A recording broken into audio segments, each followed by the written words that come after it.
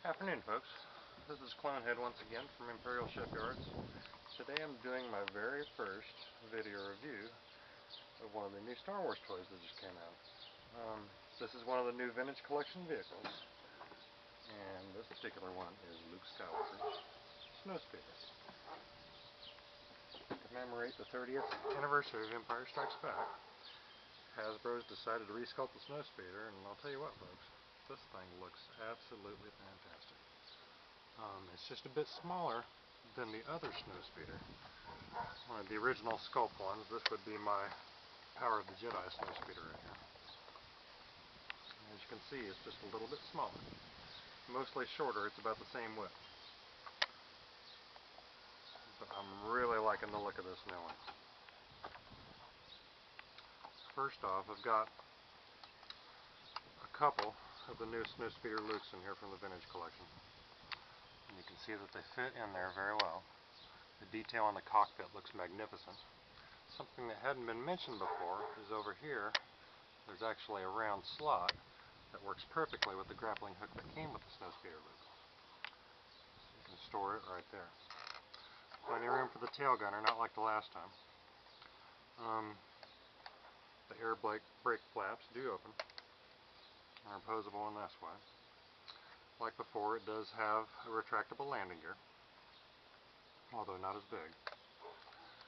Something new, well, also,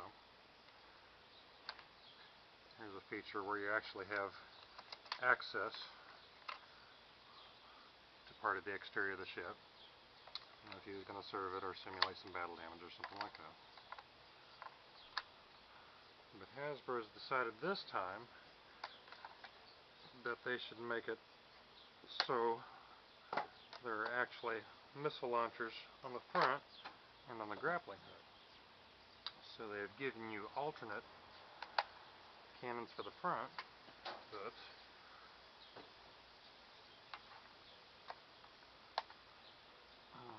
which are a little bit bigger, of course.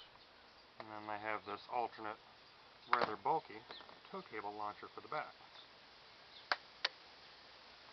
which also has a launchable missile from it. Interesting feature is, of course, you have the tow cable block like you had on the old Snowspeeder, but they have made this storage area underneath the hull of the Snowspeeder, and the theory is whatever extra tow cable you have can be stored in this little hatch. There's not a lot of room for anything else. You can't store the missile under there or anything. But the theory is when you go to fire the tow cable, you just extract as much of the extra length that you need, and then you shoot the tow cable out of there. Kind of a cool toy, really. I'm such a realist, I'd go with the smaller cannons. And as is usual, Hasbro has decided to release another one of those in-package diorama displays to come with this thing and display it with. And as is also usually the case, it's of course much too big to be displayed properly here.